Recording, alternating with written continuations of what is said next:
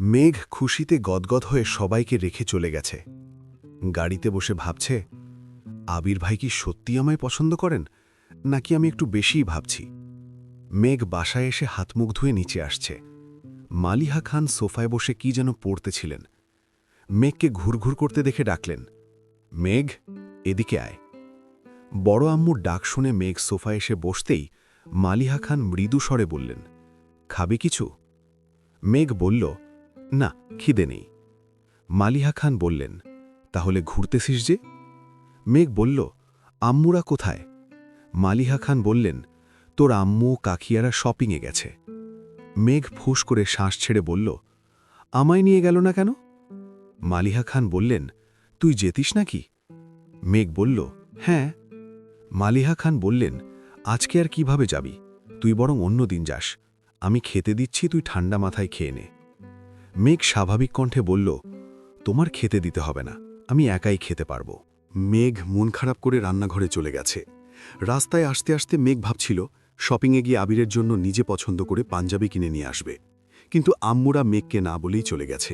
মেঘ খাবার খেয়ে রুমে এসে শুয়ে আছে। মাথায় শুধু আবির ভাই ঘুরছে। শুয়ে বসে কোনোভাবেই ভালো লাগছে না। কয়েকবার ফোনে আবিরের নাম্বার বের করেছে, কিন্তু কল দেওয়ার সাহস পাচ্ছে না। কোনোভাবেই যখন ঘুম আসছিল না, তখন মেঘ উঠে চুপি চুপি আবিরের রুমে চলে গেছে। রুম জুড়ে মাতাল করা এক সুগন্ধ, যা মেঘের মস্তিষ্কে নিউরনে অনুরণন তুলছে। চারপাশে তাকাতে গিয়ে হঠাৎ নজর পড়ে আবিরের স্কাই ব্লু রঙের এক শার্টের দিকে। মেঘ নিঃশব্দে হেসে এগিয়ে গেল শার্টের কাছে। শার্টটা কাছে আনতেই আবিরের গায়ের গন্ধ স্পষ্ট নাকে লাগল। আবেশে মেঘের চোখ বন্ধ হয়ে আসছে। প্রিয় মানুষের স্পর্শ যেমন দেহ আর মন উভয়কে আন্দোলিত করে, তেমনি প্রিয় মানুষের গায়ের গন্ধেও তীব্র আকর্ষণ কাজ করে। মেঘ কিছুক্ষণ শার্টটাকে জড়িয়ে ধরে অকস্মাৎ জামার উপরে শার্টটা পরে নিল। আবিরের শার্ট মেঘের গায়ে অনেকটা পাঞ্জাবির মতো লাগছে, যেমন মোটা তেমনি লম্বা। মেঘ ড্রেসিং টেবিলের সামনে গিয়ে চোখ তুলে তাকাতেই লজ্জায় দুহাত দিয়ে মুখ ঢেকে ফেলেছে। খানিক বাদে দু আঙুল ফাঁক করে এক চোখে তাকিয়ে নিজেকে দেখতে লাগল। খুশিতে দুহাত মেলে রুমে ঘুরতে লাগল। ঘুরতে ঘুরতে ধপ করে বিছানায় এসে বসে পড়েছে। দুহাতে শার্টের কলার ঠিক করে হাতা টেনে বিছানায় শুয়ে দীর্ঘশ্বাস ছেড়ে চোখ বন্ধ করল। চোখে ভাসছে গত 9 মাসে আবিরের সঙ্গে কাটানো একের পর এক অপরূপ মুহূর্ত। এসব ভাবতে ভাবতে কখন যে ঘুমিয়ে পড়েছে মেঘ নিজেও জানে না।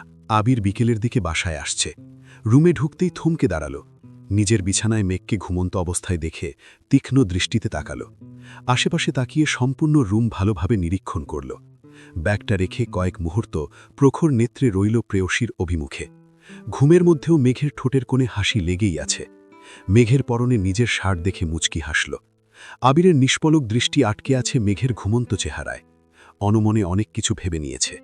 মেঘকে ডাকার জন্য একবার এগিয়ে গেল, কিন্তু মেঘের গভীর ঘুম দেখে ডাকতে ইচ্ছে করেনি। তাই শাওয়ার নিতে ওয়াশরুমে চলে গেছে। শাওয়ার নিয়ে বেরিয়েও দেখল মেঘ ঘুমে নিমগ্ন হয়ে আছে। কি করবে কিছুই বুঝতে পারছে না। মনের ভেতর অস্থিরতা। মস্তিষ্কে বিচরণ করছে নানান রং বেরঙের নিষিদ্ধ প্রেমানুভূতি। ইচ্ছে করছে প্রেয়সীর চাঁদের ন্যায় মুখবিবরে ভালোবাসার পরশ এঁকে দিতে, কিন্তু কিভাবে সম্ভব? আবিরের প্রেয়সী যে এখনও অবুঝ। আবির ঠোঁটে হাসি রেখে মেঘের দিকে ঝুঁকে এসে চুল ঝাড়তেই পানির ছিটা মেঘের চোখে মুখে পড়ে। মেঘ ঘুমের মধ্যেই ভ্রু কুচকাল, কিন্তু সজাগ হওয়ার কোনো নামই নিল না। আবির রুম থেকে বেরিয়ে ব্যালকনিতে গেল। বাসার পরিস্থিতি বুঝার চেষ্টা করল। মিমরা এখনও ফিরেনি। মালিহা খান নিজের রুমে। আবির আবারও রুমে আসছে। মেঘের দিকে ভালোভাবে তাকাতে পারছে না, আবার না তাকিয়েও থাকতে পারছে না। অন্যদিকে বাসার মানুষের চিন্তা তো আছেই। হুট করে কেউ চলে আসলে আর মেঘকে এভাবে আবিরের রুমে দেখলে কি হবে তাই ভেবে পাচ্ছে না।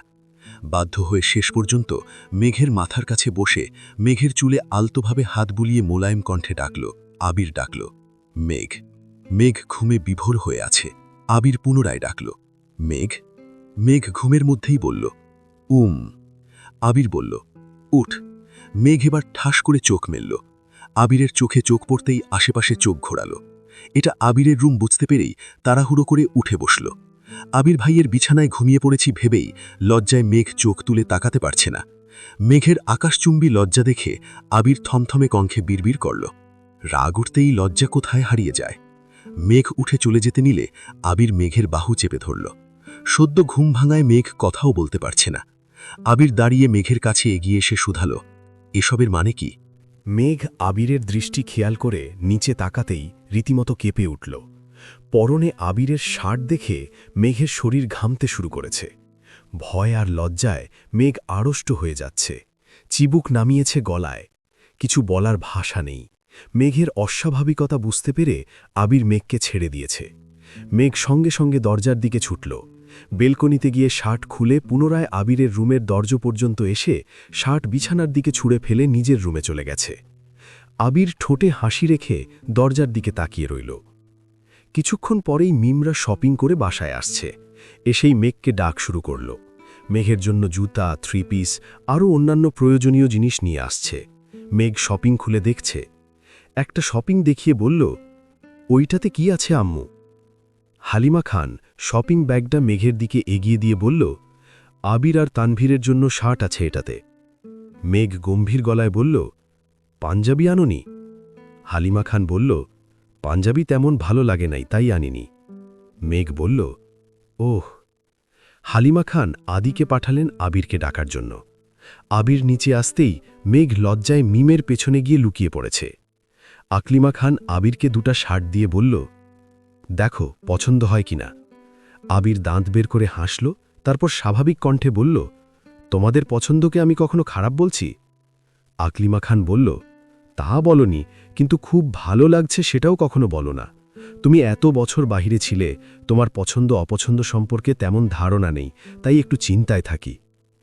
আবির হেসে বলল, তোমরা মাঝে মাঝে এমনভাবে কথা বলো যেন আমি ভিন গ্রহে ছিলাম, নতুন নতুন পৃথিবীতে পা রাখছি। আবিরের কথা শুনে সবাই একসঙ্গে হেসে উঠল। আবির নীরব দর্শকের মতো সব দেখল, আর মেঘ মিমের আড়াল থেকে লুকিয়ে লুকিয়ে আবিরকে দেখছে। আবির যতক্ষণ নিচে ছিল মেঘ সামনেই আসেনি।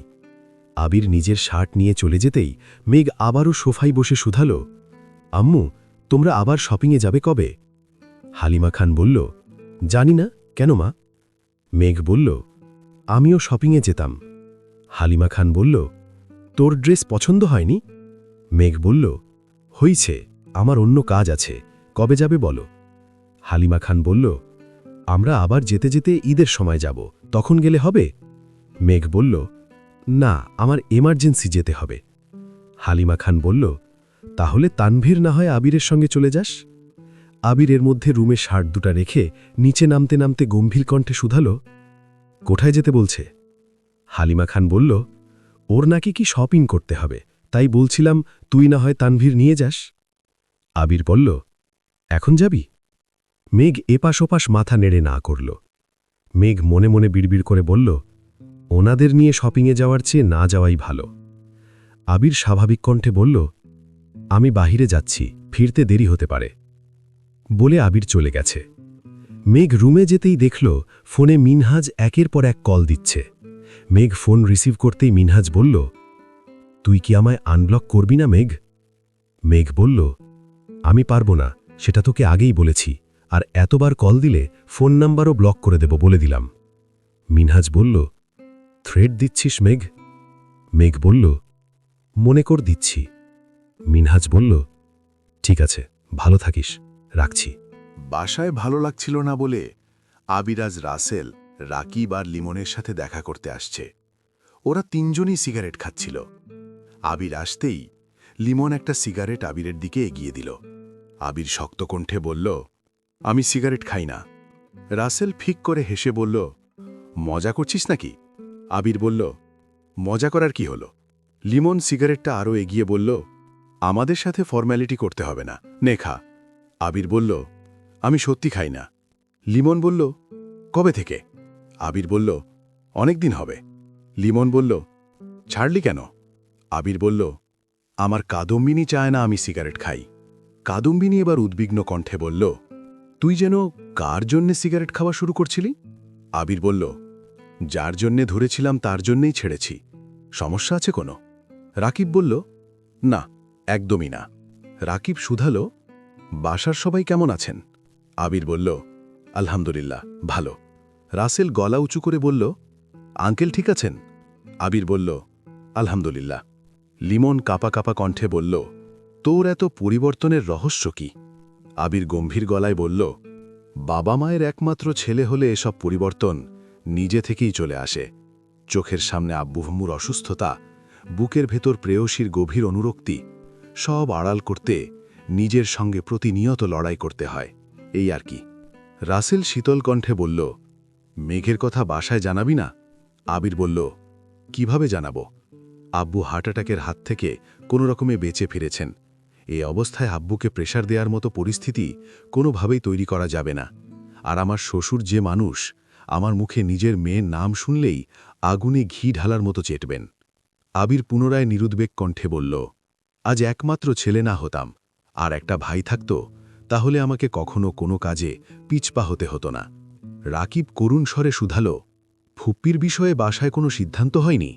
আবির বিরক্তি নিয়ে বলল, এখনও কিছুই হচ্ছে না। আমি আব্বু চাচ্চুকে ইনডাইরেক্টলি বলেছি, কিন্তু তাদের দিক থেকে তেমন রেসপন্স পাচ্ছি না। রাকিব বলল, কি ভাবছিস? কিভাবে কি করবি? আবির বলল, আমি জানি না। বাসায় ভালো লাগছিল না বলে আবির আজ রাসেল, রাকিব আর লিমনের সাথে দেখা করতে আসছে। ওরা তিনজনই সিগারেট খাচ্ছিল। আবির আসতেই লিমন একটা সিগারেট আবিরের দিকে এগিয়ে দিল। আবির শক্ত কণ্ঠে বলল, আমি সিগারেট খাই না। রাসেল ফিক করে হেসে বলল, মজা করছিস নাকি? আবির বলল, মজা করার কি হলো? লিমন সিগারেটটা আরও এগিয়ে বলল, আমাদের সাথে ফর্ম্যালিটি করতে হবে না, নে খা। আবির বলল, আমি সত্যি খাই না। লিমন বলল, কবে থেকে? আবির বলল, অনেক দিন হবে। লিমন বলল, ছাড়লি কেন? আবির বলল, আমার কাদম্বিনী চায় না আমি সিগারেট খাই। রাকিব এবার উদ্বিগ্ন কণ্ঠে বলল, তুই যেন কার জন্য সিগারেট খাওয়া শুরু করছিলি? আবির বলল, যার জন্য ধরেছিলাম তার জন্যই ছেড়েছি, সমস্যা আছে কোনো? রাকিব বলল, না, একদমই না। রাকিব শুধালো, বাসার সবাই কেমন আছেন? আবির বলল, আলহামদুলিল্লাহ, ভালো। রাসেল গলা উঁচু করে বলল, আঙ্কেল ঠিক আছেন? আবির বলল, আলহামদুলিল্লাহ। লিমন কাপা কাপা কণ্ঠে বলল, তোর এত পরিবর্তনের রহস্য কি? আবির গম্ভীর গলায় বলল, বাবা মায়ের একমাত্র ছেলে হলে এসব পরিবর্তন নিজে থেকেই চলে আসে। চোখের সামনে আব্বু আম্মুর অসুস্থতা, বুকের ভেতর প্রেয়সীর গভীর অনুরক্তি, সব আড়াল করতে নিজের সঙ্গে প্রতিনিয়ত লড়াই করতে হয়, এই আর কি। রাসেল শীতল কণ্ঠে বলল, মেঘের কথা বাসায় জানাবি না? আবির বলল, কিভাবে জানাবো? আব্বু হার্ট অ্যাটাকের হাত থেকে কোনো রকমে বেঁচে ফিরেছেন। এ অবস্থায় আব্বুকে প্রেশার দেওয়ার মতো পরিস্থিতি কোনোভাবেই তৈরি করা যাবে না। আর আমার শ্বশুর যে মানুষ, আমার মুখে নিজের মেয়ের নাম শুনলেই আগুনে ঘি ঢালার মতো চেতবেন। আবির পুনরায় নিরুদ্বেগ কণ্ঠে বলল, আজ একমাত্র ছেলে না হতাম, আর একটা ভাই থাকত, তাহলে আমাকে কখনো কোনো কাজে পিছপা হতে হতো না। রাকিব করুণ স্বরে শুধাল, ফুপ্পির বিষয়ে বাসায় কোনো সিদ্ধান্ত হয়নি? আবির বিরক্তি নিয়ে বলল, এখনও কিছুই হচ্ছে না। আমি আব্বু চাচ্চুকে ইনডাইরেক্টলি বলেছি, কিন্তু তাদের দিক থেকে তেমন রেসপন্স পাচ্ছি না। রাকিব বলল, কি ভাবছিস? কিভাবে কি করবি? আবির বলল, আমি জানি না। আবির অনেক রাত পর্যন্ত আড্ডা দিয়ে বাসায় আসছে। মেঘ বেলকনিতে দাঁড়িয়ে বরাবরের মতো আবিরের জন্য অপেক্ষা করছিল। আবির বাসায় ঢুকতেই দেখল আলী আহমদ খান সোফায় বসেছিলেন। আবিরকে আসতে দেখে শক্ত কণ্ঠে বললেন, তোমার সাথে একটু দরকার আছে। আবির সহসা দাঁড়িয়ে পড়েছে। স্বাভাবিক কণ্ঠে বলল, জি বলুন।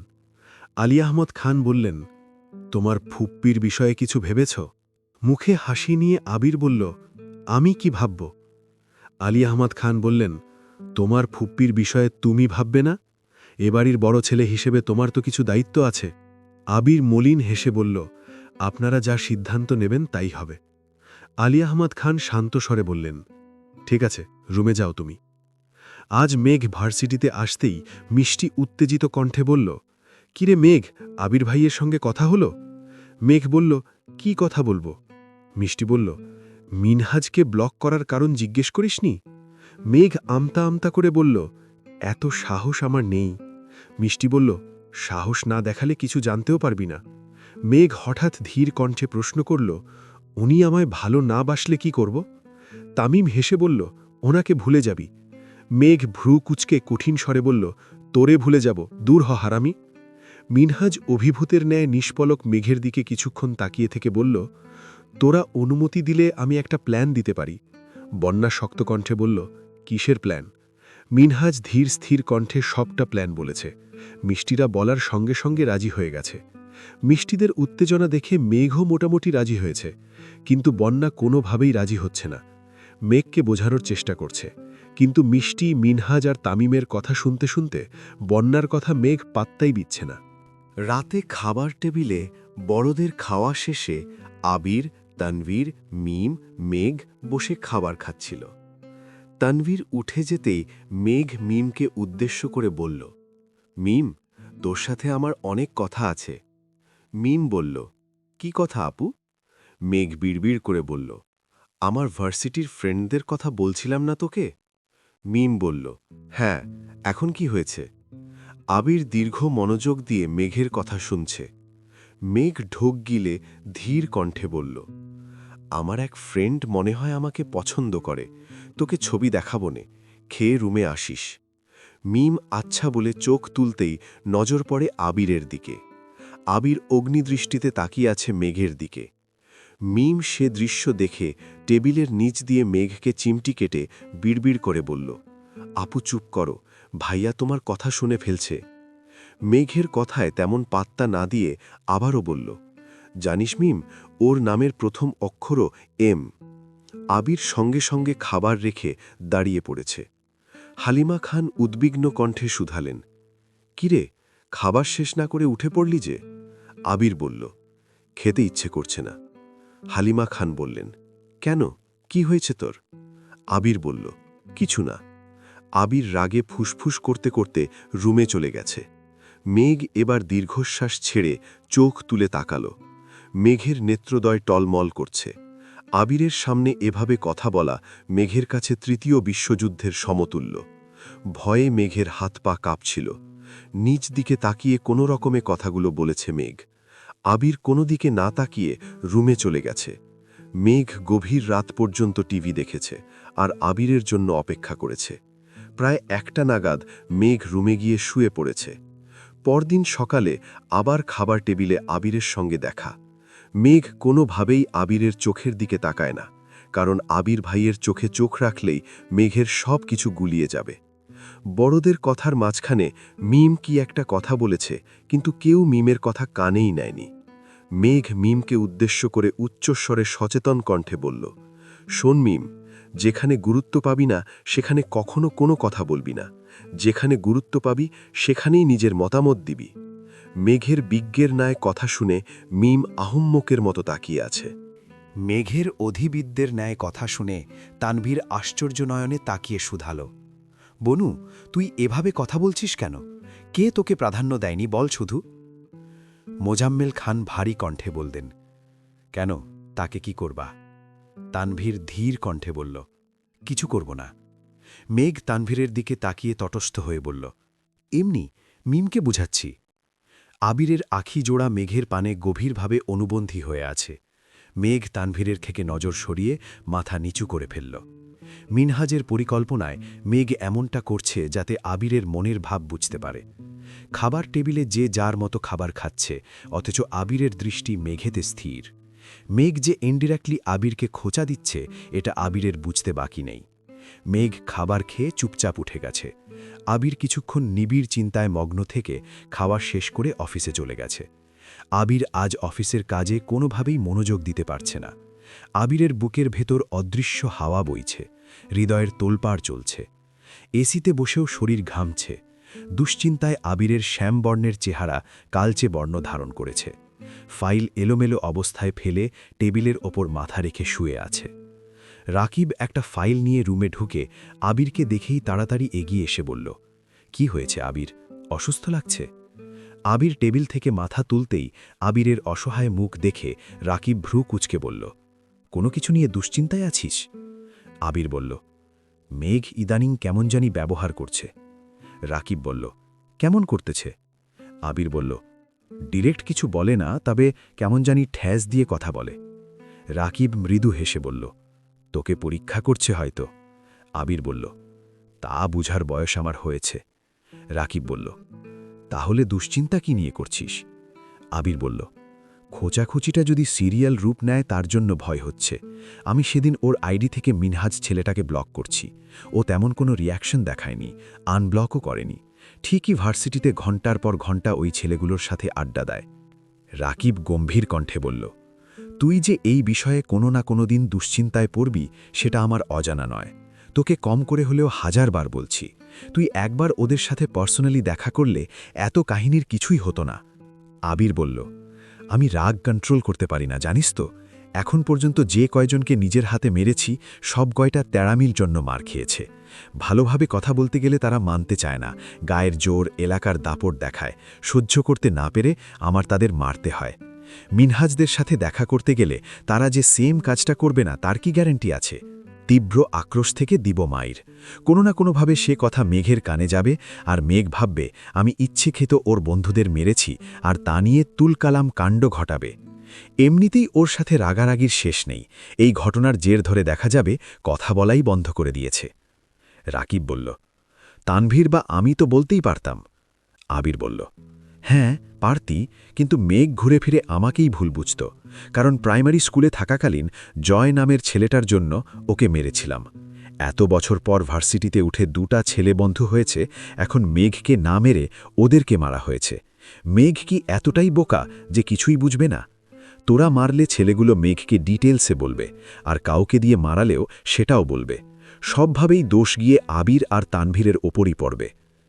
রাকিব বলল, তোর এই সুদূর প্রসারী চিন্তাভাবনার জন্যই নিজের মনোবল হারাচ্ছিস, দিনকে দিন বদমেজাজি হয়ে যাচ্ছিস, মেঘের সাথে কারণে অকারণে রাগ দেখাচ্ছিস, আর এই সুযোগে ছেলেগুলোরও অতিবার বাড়তেছে। আবির কিছুক্ষণ নিশ্চুপ থেকে আর চোখে রাকিবের দিকে তাকিয়ে শুধালো, কেন আসছিলি? রাকিব সঙ্গে সঙ্গে ফাইল এগিয়ে দিল। বাড়তি কথা বাদ দিয়ে কাজে মনোযোগ দিল। অফিস শেষে আবির কিছু স্ট্রিট ফুড আর 2টো আইসক্রিমের বক্স নিয়ে বাসায় আসছে। মেঘ সোফায় লম্বা হয়ে শুয়ে টিভি দেখছিল। আবিরকে ঢুকতে দেখে তাড়াতাড়ি উঠে বসতে বসতে কাকে কল দিল। অপর বাসে কল রিসিভ করা মাত্রই মেঘ হাসি মুখে রাজ্যের গল্প শুরু করেছে। আবির খাবারগুলো ডাইনিংয়ে রাখতেই মিম আর আদি ছুটে গেল। আবির তির্যকভাবে মেঘের দিকে তাকাল। আবির বাসায় আসছে বা খাবার নিয়ে আসছে সেদিকে মেঘের বিন্দুমাত্র খেয়াল নেই। সে তার কথা বলায় এতটাই মগ্ন যে আশেপাশে তাকানোর সময় নেই। আবির কপাল গুটিয়ে সিঁড়ির কাছে চলে গেছে। বাসায় যে যাই আনুক না কেন প্রথম ডাকটা মেঘকেই দেয়, আর মেঘ খাবার পরিবেশন করে মিম আর আদিকে নিয়ে খায়। আজ মেঘ কথা বলছে দেখে মিম খাবার নিয়ে মেঘের জন্য আসছে। মেঘের দিকে এগিয়ে দিয়ে কিছুটা উঁচু স্বরে বলল, আপু নাও। মেঘ অন্যদিকে তাকিয়ে ধমকের স্বরে বলল, দেখছিস না কথা বলছি, এখন আমার এসব খাবার সময় নেই। আবির সিঁড়ি থেকে সে দৃশ্য দেখে রাগে ধপাধপ পা ফেলে রুমে চলে গেছে। মেঘ ধমকটা মিমকে দিলেও সেটা যেন আবিরের হৃদয়ে গিয়ে লাগছে। মেঘ আজ পর্যন্ত এমন কাজ কখনো করেনি। বন্যারা কারো সাথে কথা বললেও আবির তানভীর আসলে কথা শেষ করে কল কেটে দিত, অথচ আজ তার ভিন্ন রূপ। আবির চলে যেতেই মেঘ গম্ভীর কণ্ঠে বলল, ফোন রাখ, এখন খাবো আমি। মিম ধমক খেয়ে মন খারাপ করে মেঘের জন্য আনা খাবার আবার নিয়ে গেছে। মেঘ তপ্ত স্বরে বলল, এই মিম, আমার ভাগ আমায় দিয়ে যা। মিম মন খারাপ করে বলল, তুমি না বললে তোমার এসব খাওয়ার সময় না? মেঘ বলল, সময় ছিল না, এখন আমার অফুরন্ত সময়, সবগুলো আমার কাছে নিয়ে আয়। মিম খাবারগুলো মেঘের কাছে গিয়ে চলে যেতে নিলে মেঘ মিমের হাতে টান দিয়ে মেঘের পাশে বসিয়ে হেসে বলল, রাগ করছোস? সরি বাবু। মিম কিছু বলছে না দেখে মেঘ 2 হাতে মিমকে কাতুকুতু দেয়া শুরু করল। সহসা মিমের ছোট্ট দেহ কম্পিত হল। নড়তে নড়তে বলল, আপু ছাড়ো। মেঘ হাসতে হাসতে বলল, তুই যতক্ষণ না হাসবি ততক্ষণ ছাড়ব না। কাতুকুতু সহ্য করতে না পেরে মিম হাসতে শুরু করল। মেঘ সঙ্গে সঙ্গে কাতুকুতু থামিয়ে দিয়েছে। 2 বোন গল্প করতে করতে আবিরের আনা খাবারগুলো খেয়েছে। আদি নিজের ভাগের খাবার নিয়ে আগেই রুমে চলে গিয়েছিল। কিছুক্ষণ পর গল্প করতে করতে মেঘ মিমের উরুতে মাথা রেখে শুয়ে পড়েছে। মিম মেঘের চুলে হাত বুলিয়ে মৃদুস্বরে বলল, কি হলো আপু? মেঘ লাজুক হাসল আর বলল, জানিস আমি একজনের প্রেমে পড়েছি। মিম উত্তেজিত কণ্ঠে চেঁচিয়ে উঠল, সত্যি? কার?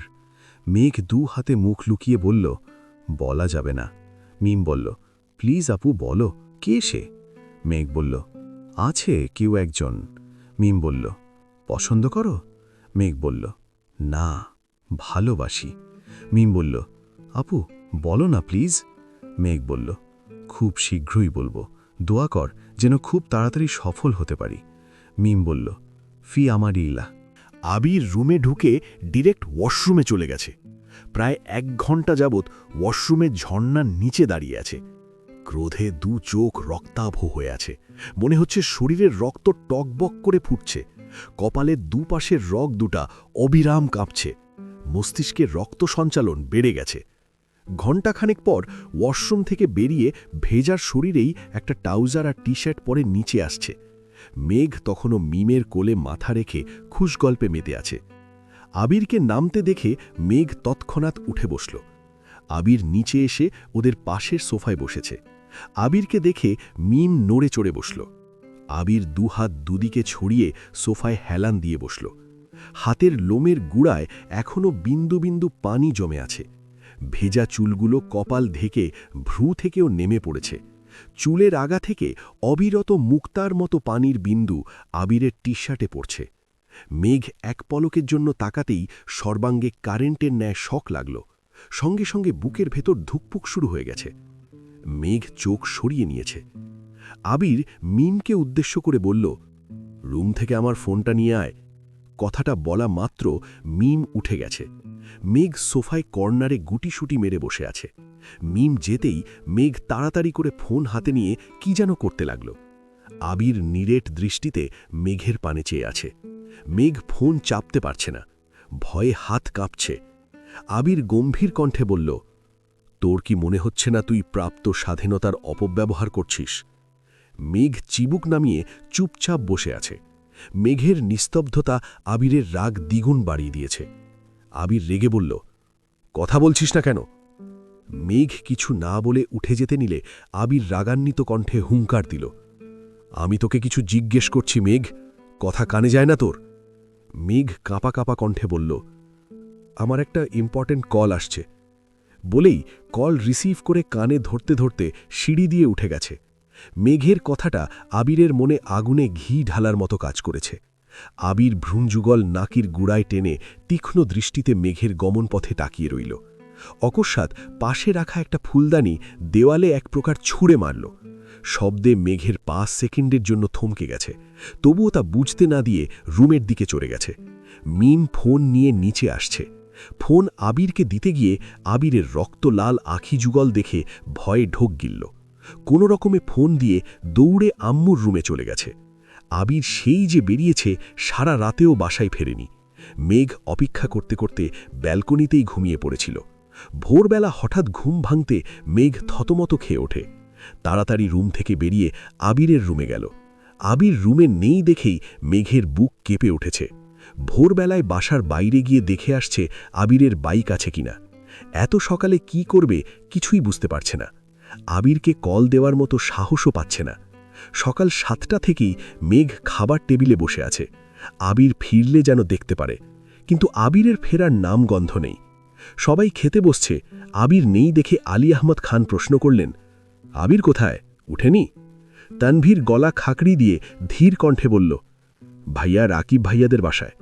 আলী আহমদ খান বললেন, কেন? তানভীর বলল, কাজের গেছিল, রাতে আর ফেরেনি। আলী আহমদ খান ভারী কণ্ঠে বললেন, কাজ কাজের জায়গায় থাকবে, তার সাথে বাসায় না ফেরার কি সম্পর্ক? তানভীর আর কিছু বলল না। বড় আব্বুর সাথে যুক্তিতে সে কুলাতে পারবে না, তার থেকে কথা না বলাই শ্রেয়। মেঘ নিস্তব্ধ আঁখিতে তানভীরের দিকে তাকিয়ে আছে।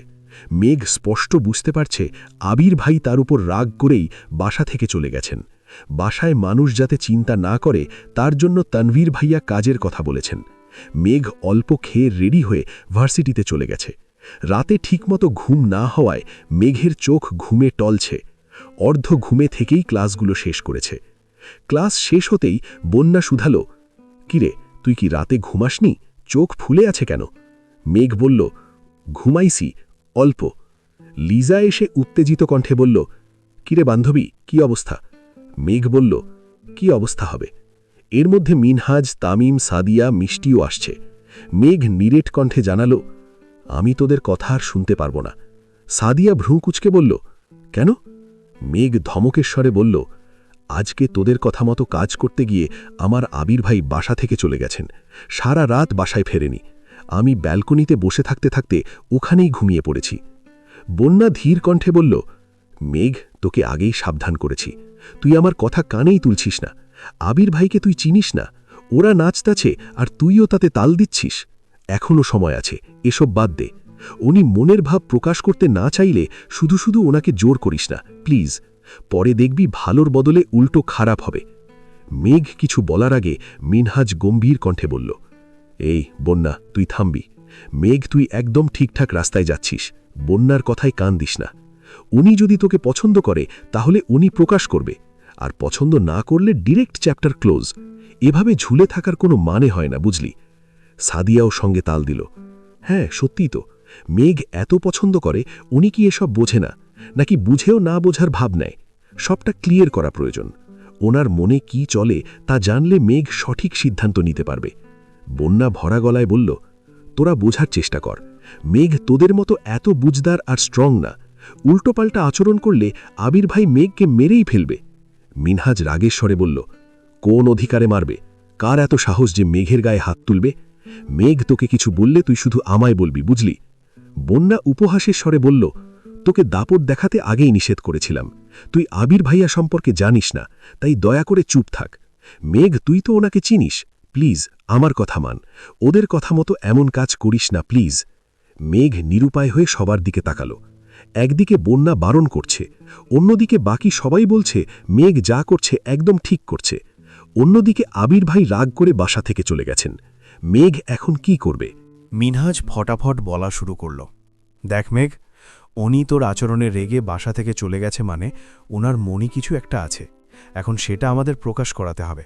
মাঝপথে ছেড়ে দিলে তুই জীবনেও তোর কাঙ্ক্ষিত কথা জানতে পারবি না। এখন তুই ভাব, বন্যার কথা মেনে এইভাবেই চলবি, নাকি আমাদের কথা মেনে তোর আবির ভাইয়ার মনের কথা শুনবে? মেঘ বোকার মতো তাকিয়ে আছে। লিজা পুনরায় বলল, তোর প্রেম রোগের বছর হয়ে যাচ্ছে, আর কতদিন ওনার পিছু পিছু ঘুরবি বলতো? উনি ভালো না বাসলে ওনার চিন্তা মাথা থেকে ঝেড়ে ফেলে অন্য কারো সাথে সম্পর্কে যাবি। প্রয়োজনে ছেলে আমরা ঠিক করে দেব, তবুও ওনার মোহে এভাবে পড়ে থাকিস না। প্রায় 1 ঘন্টা সবাই মিলে মেঘকে জ্ঞান দিয়েছে। বন্যা সুর থেকে শেষ পর্যন্ত ডিরেক্ট না, মেঘ যাতে এমন কাজ কোনোভাবেই না করে। অথচ মেঘ বাকিদের কথা শুনে রাজি হয়ে গেছে। মেঘ যেতে যেতে আরও কিছুক্ষণ মেঘকে বুঝালো, কিন্তু মেঘের মাথায় কিচ্ছু ঢুকল না। মেঘের মনে মস্তিষ্কে শুধু একটাই চিন্তা, আবির ভাইয়ার মুখে ভালোবাসি শব্দটা শোনা, যে কোনো মূল্যেই হোক। মেঘরা চলে যেতেই তামিম মিনহাজকে প্রশ্ন করল, তোর মনে কি চলছে বলতো? মিনহাজ উল্টো প্রশ্ন করল, কেন? তামিম বলল, তুই মেঘকে উস্কাচ্ছিস যাতে আবির ভাইয়ার মনের ভাব জানতে পারে। কাহিনী কি? মিনহাজ গলা খাকারি দিয়ে বলল, দেখ মেঘ, প্রায় 9 মাস যাবৎ আবির ভাইয়াকে পছন্দ করে। আমাদের সাথে ওর বন্ধুত্ব প্রায় 4-5 মাসের। তার মানে আমাদের সাথে পরিচয়ের আরও 4-5 মাস আগে থেকে মেঘ ওনাকে পছন্দ করে। মেঘ যথেষ্ট কিউট আর লক্ষ্মী একটা মেয়ে, যে কেউ এক দেখায় ওর প্রেমে পড়বে। সেখানে উনি তো এক বাড়িতে থাকেন। এই 9 মাসেও কি উনি মেঘকে খেয়াল করেননি? অবশ্যই করেছেন, এবং মেঘের অনুভূতিও বুঝেছেন, তবে প্রকাশ করছেন না। কেন? হতে পারে ওনার জীবনে অন্য কেউ আছে। উনি তার সাথে কমিটেড, আবার মেঘের প্রতিও ওনার সফট কর্নার আছে। এই জন্য আমি মেঘের মাধ্যমে আবির ভাইয়াকে উস্কাচ্ছি। এই সুযোগে মেঘের সাথে আমার রেগুলার কথা হচ্ছে এবং সম্পর্ক গাঢ় হচ্ছে। বাই চান্স আবির ভাই রেগে মেঘের উপর রিয়্যাক্ট করলে মেঘ আমাকেই বলতে আসবে। তখন আমি ওকে বুঝিয়ে শুনিয়ে আমার দিকে আকৃষ্ট করব। তামিম শুকনো ঢোক গিলে বলল, ভাবতে অবাক লাগছে তুই আমার বন্ধু। এত চিকন বুদ্ধি নিয়ে ঘুমাস কিভাবে? মিনহাজ খিক করে হেসে উঠল। হাসতে হাসতে বলল, তুই বলছিলি ওনারা ইচ্ছেকৃত ওনাদের অবস্থান বোঝাতে আমাদের মেঘের বার্থডেতে ডেকেছিল। আবির ভাইয়া প্ল্যান করতে পারলে আমি কেন পারব না?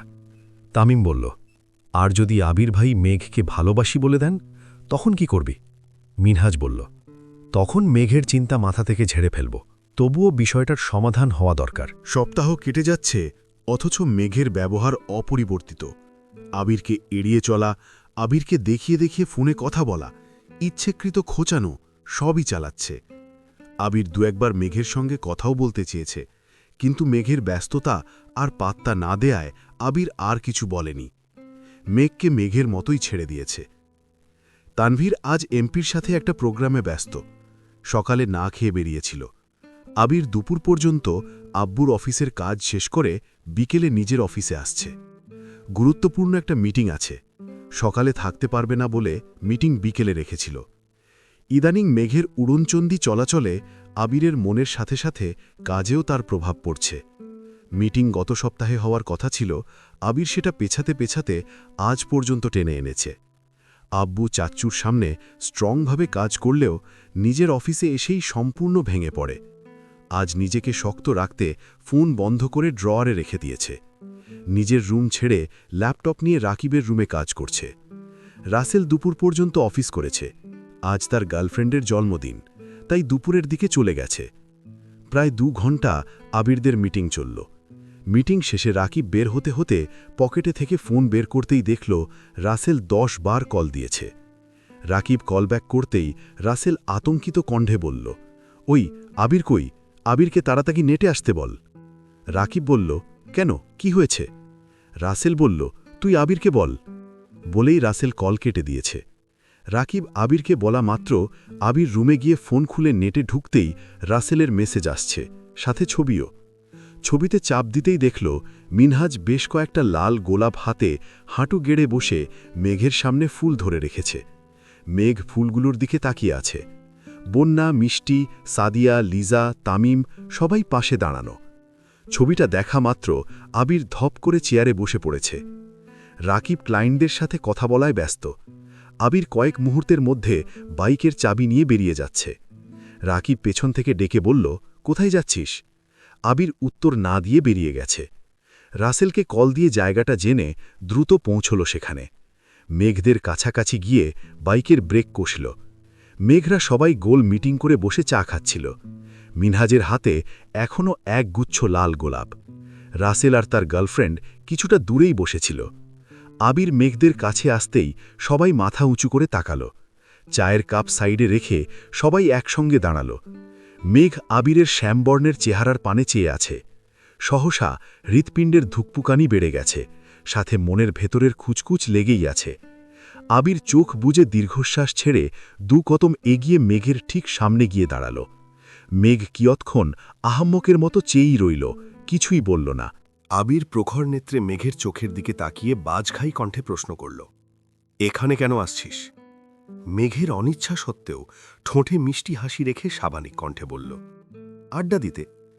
আবির পুনরায় প্রশ্ন করল, শুধুই আড্ডা দিতে? মেঘ বলল, জি। মেঘের কণ্ঠস্বরে নিরুত্তাপ ভাব দেখে আবিরের মেজাজ চরম লেভেলের খারাপ হচ্ছে। বারবার চোখে সেই ছবিটা ভাসছে। আবির রাগান্বিত কণ্ঠে বলল, সত্যি কথা বল মেঘ। মেঘ নিরুত্তর। মিনহাজ স্বাভাবিক কণ্ঠে বলল, ভাইয়া, মেঘ কিছু বলবেন না। আবির ঘাড় ফিরিয়ে রক্তাভ চোখে তাকালো মিনহাজের দিকে। কণ্ঠে অগ্নি ঢেলে হুঙ্কার দিয়ে উঠল, স্টপ ইয়োর মাউথ। আমি তোমার সঙ্গে কথা বলতে এখানে আসিনি। আজ আমার আর মেঘের মাঝে কেউ একটা টু শব্দ করলে তার লাশ পড়বে এখানে। আবিরের লাল চোখ চোড়া দেখে মিনহাজ দৃষ্টি নামিয়ে নিল। বন্যাসহ সবাই মাটির দিকে তাকিয়ে আছে। আবিরের হুঙ্কারে ভয়ে সব কটা কাঁপছে। ওদের অবস্থা দেখে আবির নিজেকে শান্ত করার ব্যর্থ চেষ্টা করল, কিন্তু ভেতরের ক্রোধের কাছে হার মানতে বাধ্য হল। আবিরের এমন কাণ্ডে মেঘ অবাক চোখে তাকিয়ে আছে। তীর তীর করে কাঁপছে ঠোঁট, বুকের ভেতর হৃৎপিণ্ডটা দিকবিদিক ছুটছে, ভয়ে ঢোক গিলল। আবির মেঘের চোখে চোখ রেখে কণ্ঠ 4 গুণ ভারী করে শুধালো, তুই ওই ছেলেকে পছন্দ করিস, হ্যাঁ কি না? মেঘ নীরের দৃষ্টিতে আবিরের দিকে তাকিয়ে আছে, বারবার ঢোক গিলছে, কিচ্ছু বলতে পারছে না। মেঘ সহসা তাকালো ওদের দিকে। মিষ্টিরা চোখে ইশারা দিয়ে হ্যাঁ বলতে বলল। আবির ভাইয়ের মনের কথা জানার এর চেয়ে উত্তম উপায় আর নেই। মেঘের শ্বাস আটকে যাচ্ছে, শ্বাসনালীতে তুফান চলছে। কি করে বলবে এত বড় মিথ্যেটা? আবির মেঘের বাহুতে চেপে ধরে বাজখাই কণ্ঠে চিৎকার করল, তাকা এদিকে। মেঘের দেহ আবারও কম্পিত হল, সঙ্গে সঙ্গে তাকালো আবিরের চোখের দিকে। রক্তাভ 2 চোখ থেকে যেন আগুন বের হচ্ছে। সেই আগুনে মেঘের হৃদয় পুড়ে ছারখার হয়ে যাচ্ছে। মিনহাজদের শেখানো প্রতিটা কথা মেঘের মাথায় ঘুরছে। আবির ভাইয়ের মনের কথা জানতে হলে মিথ্যাটা বলতেই হবে। মেঘ ঢোক গিলে ফোঁস করে শ্বাস ছেড়ে গম্ভীর কণ্ঠে বলল, হ্যাঁ। আবির সহসা মেঘের বাহু ছেড়ে দিয়েছে। কয়েক মুহূর্ত মেঘের চোখের দিকে তাকিয়ে রইল। কপাল ঘামছে। আবির হাত দিয়ে কপালের ঘাম মুছে ঘুরে গিয়ে বাইকে বসে বাইক স্টার্ট দিল। রাসেল আবিরকে থামানোর অনেক চেষ্টা করেছে, কিন্তু আবির বাইক থামানোর অবস্থায় নেই। আবির চলে গেছে। মেঘ অকস্মাৎ মাথা ঘুরে পড়তে নিলে বন্যা তাড়াতাড়ি মেঘকে জড়িয়ে ধরে। আবিরের সামনে মেঘ যতই শক্ত কণ্ঠে কথা বলুক না কেন, ভেতরের কম্পনের কাছে সব হার মানতে বাধ্য। মেঘ অজ্ঞান হয়ে বন্যার কোলে শুয়ে আছে। মিষ্টিরা পানি এনে মেঘের চোখে মুখে পানি ছেটাচ্ছে। এর মধ্যে রাকিব আসছে। আবির কল না ধরায় রাকিব রাসেলকে কল দিয়েছিল। রাসেল সবটা বলাতে রাকিব সঙ্গে সঙ্গে অফিস ছুটি দিয়ে রওনা দিয়েছে। তানভীরকেও সব জানিয়েছে। রাকিব বাইক থামিয়ে আতঙ্কিত কণ্ঠে শুধালো, আবির কোথায়? রাসেল বলল, আবির চলে গেছে। রাকিব বলল, কোথায়? রাসেল বলল, জানি না। রাকিব উদ্বিগ্ন কণ্ঠে চেঁচিয়ে উঠল, তুই ওকে আটকাতে পারলি না? রাসেল বলল, ও কি আমার কথা শোনার মানুষ? চেষ্টা তো করেছি। ওদের কথোপকথনের মধ্যেই তানভীর বাইক থেকে নেমে রাগান্বিত কণ্ঠে বলল, ভাইয়া কোথায়? রাকিব মৃদুস্বরে বলল, ও বাইক নিয়ে চলে গেছে। তানভীর আগপাচ না ভেবে মিনহাজদের এলোপাথারি মাইর শুরু করল। তামিম বাঁচাতে আসলে তামিমের গায়েও বেশ কিছু মাইর পড়েছে। রাকিব রাসেল তাড়াতাড়ি গিয়ে তানভীরকে টেনে হিঁচড়ে সরিয়ে আনল। দুজনে মিলেও তানভীরকে আটকে রাখতে পারছে না। মাইরের চোটে মিনহাজের হাতের ফুলগুলো মাটিতে পড়ে গেছে। মিনহাজের নাক দিয়ে রক্ত বের হচ্ছে। রাকিব আর রাসেল তানভীরকে শান্ত করে গম্ভীর কণ্ঠে বলল, তুই মেঘকে নিয়ে বাসায় যা। তানভীর মেঘকে ধমক দিতে গেলে রাকিব সঙ্গে সঙ্গে ভারী কণ্ঠে বলল, তানভীর, মেঘকে কিছু বলবি না, চুপচাপ বাসায় নিয়ে যা। তানভীর দীর্ঘশ্বাস ছেড়ে বন্যার দিকে এক পলক দেখল। রাগ আর ক্রোধ যেন বেরিয়ে আসতে চাইছে। ঘুরে যেতে নিলে ফুলগুলোর দিকে তানভীরের নজর পড়ে। সঙ্গে সঙ্গে পায়ের জুতো দিয়ে টকটকে লাল গোলাপগুলো পিষে ফেলেছে। মিষ্টিরা চোখ নামিয়ে সেই দৃশ্য দেখল। কেউ চোখ তুলে তানভীরের মুখের দিকে তাকাতে পারছে না কেউ। তানভীর বাইকের কাছে যেতে যেতে মিনহাজদের দিকে তাকিয়ে রাগান্বিত কণ্ঠে হুঙ্কার দিল, আমি এখন চলে যাচ্ছি ঠিকই, কিন্তু আমার ভাইয়ের কিছু হলে তোদের খবর আছে বলে দিলাম। তানভীর বাইকে স্টার্ট দিয়ে মেঘকে উদ্দেশ্য করে ভারী কণ্ঠে বলল, উঠ। রাকিব আবারও বলল, মেঘকে চুপচাপ বাসায় নামায় দিবি, রাগ দেখাবি না বললাম। তানভীর মিনহাজদের দিকে একবার তাকালো। গম্ভীর কণ্ঠে রাকিবের উপর চেঁচিয়ে উঠল, আমার ভাইকে তাড়াতাড়ি খুঁজে বের করো, না হয় লাশ গুম করার ব্যবস্থা করো, আমি আসছি।